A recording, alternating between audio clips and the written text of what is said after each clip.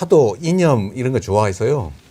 저도 이념 그런 거 하나 무슨 리즘을 들고 나오셨어요? 그래서 제가 그래서 먹사니즘. 네, 먹사니즘은 근데 좀 약간 좀 없어 개념이 보이죠? 좀 좁지 않나요? 좁죠. 그죠? 먹고 사니즘의 네. 이제 준말인데 먹사니즘. 기능적이고 물질적이고 네. 그렇다고 우리가 정의했는데. 그래서 약간 물신숭배 같은 느낌? 잘사니즘으로 바꿨어요. 잘사니즘이 있잖아요. 그 화이트헤드가 네. 아주 대단한 철학자죠. 20세기. 예, 철학자이고 수학자이고 뭐 대단한 분이죠. 대단한 예. 분이죠. 그 양반이 인간의 이성의 기능은 세 단계가 있다. To live, 사는 거. 그 다음에가 to live well, 잘 사는 거. 잘 사는 거. 그 다음에 to live better, 더 잘 사는 거. 사는 거. 그런데 이성이라는 게 수학적인 머리 기능이 아니라 인간의 삶을 총체적으로 이렇게 증진시키는 거. 잘 사는 거. 근데 여기 그 잘사니즘인가? 네, 먹사니즘, 잘사니즘. 잘사니즘 보면서 이거 저 화이트헤드 말 같은데 그런 느낌이 들었어요. 그 나중에 더 잘 사니즘으로 가야지. 더 잘 사는 과정. 제가 그 출처를 솔직히 밝히면요. 네. 인터넷 사이트에 보면 먹고 사니즘이라는 말이 있습니다. 옛날부터 있었어요. 있었어요. 먹고 사니즘. 그래서 한 글자 뺀 거예요. 먹사니즘이. 고자 뺀 거예요. 그런 줄 알았어요. 근데 이제 그걸로 부족해서 잘 먹고 잘 사는. 네. 잘사니즘. 예. 근데 이제 잘사니즘은 먹사니즘보다는 범위가 좀 넓은 것 같아요. 느낌상. 같이. 정확히 어떤 의미를 담았는지는 모르겠지만 먹사니즘이 그냥 아주 기본적인 거를 얘기하는 거라면 네. 잘사니즘은 약간 인문적인, 보통 우리가 인문적이라고 말하는 그런 가치가 좀 들어가 있는 그런 제가 그래서 느낌이에요.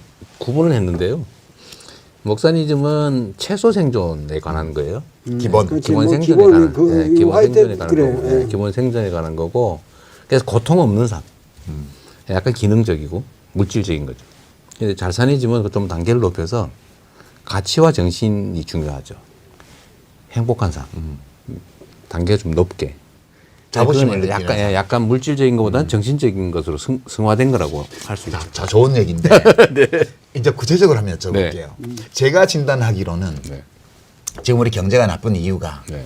이제 미시적으로 작은 문제들도 많지만 대통령은 거시경제를 운영하는 사람이 네. 기본적으로 그러면 지금 보면 우선 수출이 엄청 안 좋아요. 그렇습니다. 뭐 이제 작년에 무역 흑자 났다고 그러지만 그 수입이 줄어서 흑자 난 거고 수입이 줄면 그 다음 시기에 수출이 또 더 줄어요. 우리가 구조가 그렇게 돼 있어서 이거 하나 있고요. 두 번째 내수가 부진합니다. 지금 그게 제일 35개월 문제죠. 이상 계속 내수가 지금 마이너스거든요. 세 번째는 이 부자 감세 해줘가지고 균형 조정한다고 그랬는데 엄청 적자가 나가지고 이제 나라빚이 세수 결손도 나고 100조가 늘어났습니다. 예, 재정 적자가 엄청나게 지금 커졌습니다. 불경기라서 국세 수입은 안 느는데 안 그래도 그걸 감세를 여러 가지 방식으로 시행령으로 해주고 뭐 이래가지고 지금 세수가 예측했던 것보다도 몇십 조씩 해마다 적게 났습니다. 이 세 가지가 제일 큰 문제인데 지금 우선 수출 안 되는 거는 정부가 지 맘대로 할 수 있는 건 아니지만 외교하고 관계가 있는 것 같고요. 두 번째 이제 내수가 안 좋은 거는 불경기인데 정부 지출이 줄으니까 더 그런 것 같고 세 번째는 정부 지출이 줄은 이유가 이게 부자 감세 때문에 불경기를 더 악화시키는 문제. 이게 세 개 있는 것 같아요. 대충 맞습니다. 예. 그죠? 이렇게 진단하시죠. 그러면 우선 뭐부터 제일 먼저 손댈 수 있을까요? 대책은 원인에서 그냥 나오는 거죠. 이 중에서 예를 들면 대외 여건은 우리 마음대로 쉽게 고쳐지잖아요. 그러니까 국제 질서가 지금 통째로 바뀌고 있기 때문에 그걸 우리 힘으로 뭐 바꿔가지고 갑자기 경제 용토를 늘리거나 대외 여건을 개선하는 게 쉽지는 않습니다. 근데 사실은 큰 문제와 작은 문제가 있을 때 작은 문제가 많이 쌓이면 큰 문제가 되는 거예요. 그렇죠. 그게 내수 문제입니다. 내수는 지금 상태에서 상당한 정도 교정할 여력이 있어요. 지금도. 근데 안 하는 거죠. 그 되게 위험한 게 그런 거잖아요. 책 한 권 보면 제일 위험하다면서요. 책 한 권 읽은 사람이 제일 위험하죠. 제일 위험하죠. 아예 안 읽은 사람보다 훨씬. 네, 안 그러니까 읽으면, 이 윤석열 대통령이 그 밀턴 프리드만 선택할 자유 그거 한 권밖에 안 읽었잖아요. 그건 제가 모르겠는데 제가 이 자리 그 말하기 참 그렇고 하여튼 자유의 이름으로 네. 사실 자유와 방치를 구별해야 되잖아요. 방임, 방치. 근데 실제로 시장이 방치돼 있어요. 정부가 완전 손을 떼버렸습니다. 이게 마치 그게 진리인 것처럼. 근데 시장과 분리된 정부, 정부와 분리된 시장은 없는 거예요.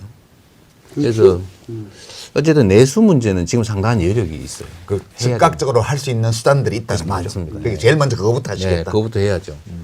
그럼 지금 자영업이 지금 뭐 요식업부터 시작해가지고 국내 여행 관련 각종 그 업종들 이런 데가 다 지금 굉장히 힘들거든요.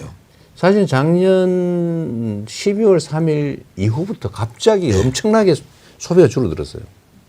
여력이 줄어든 것도 있는데 심리적으로. 너무 위축된 겁니다. 네, 일단 이걸 복원해야 되고요. 두 번째는 정부가 역할을 해야죠. 정부 역할은 원래 아주 기본적인 건데 이게 고등학교 교과서에 나온 얘기거든요. 사회교과서. 그렇죠. 가계, 기업, 정부. 예. 생산, 소비, 조정. 예. 이 역할이 있는데 조정을 하는 정부가 경기가 과열되면 살짝 눌러주고 경기가 침체되면 받쳐주고 부채질. 해야 되는데 받쳐주고를 안 해요.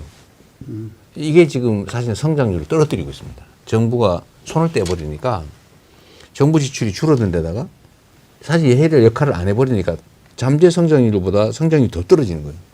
그러니까 세수가 더 줄어요. 더 줄이니까 더 떨어져요. 이런 바보짓을 하고 있는 거죠. 근데 요거를 교정을 해줘도 상당 정도 개선될 겁니다. 성남에서 뭐 이렇게 행정